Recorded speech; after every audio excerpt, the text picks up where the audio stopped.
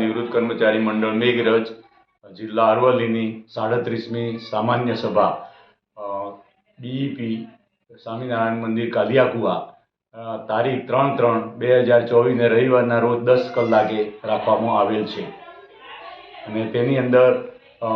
મેઘરજ તાલુકાના તમામ પેન્શનર ભાઈ બહેનો આ કાર્યક્રમની અંદર હાજર રહેશે, જેની અંદર પેન્શનરોના લાભો અને પ્રશ્નોની વિશેષ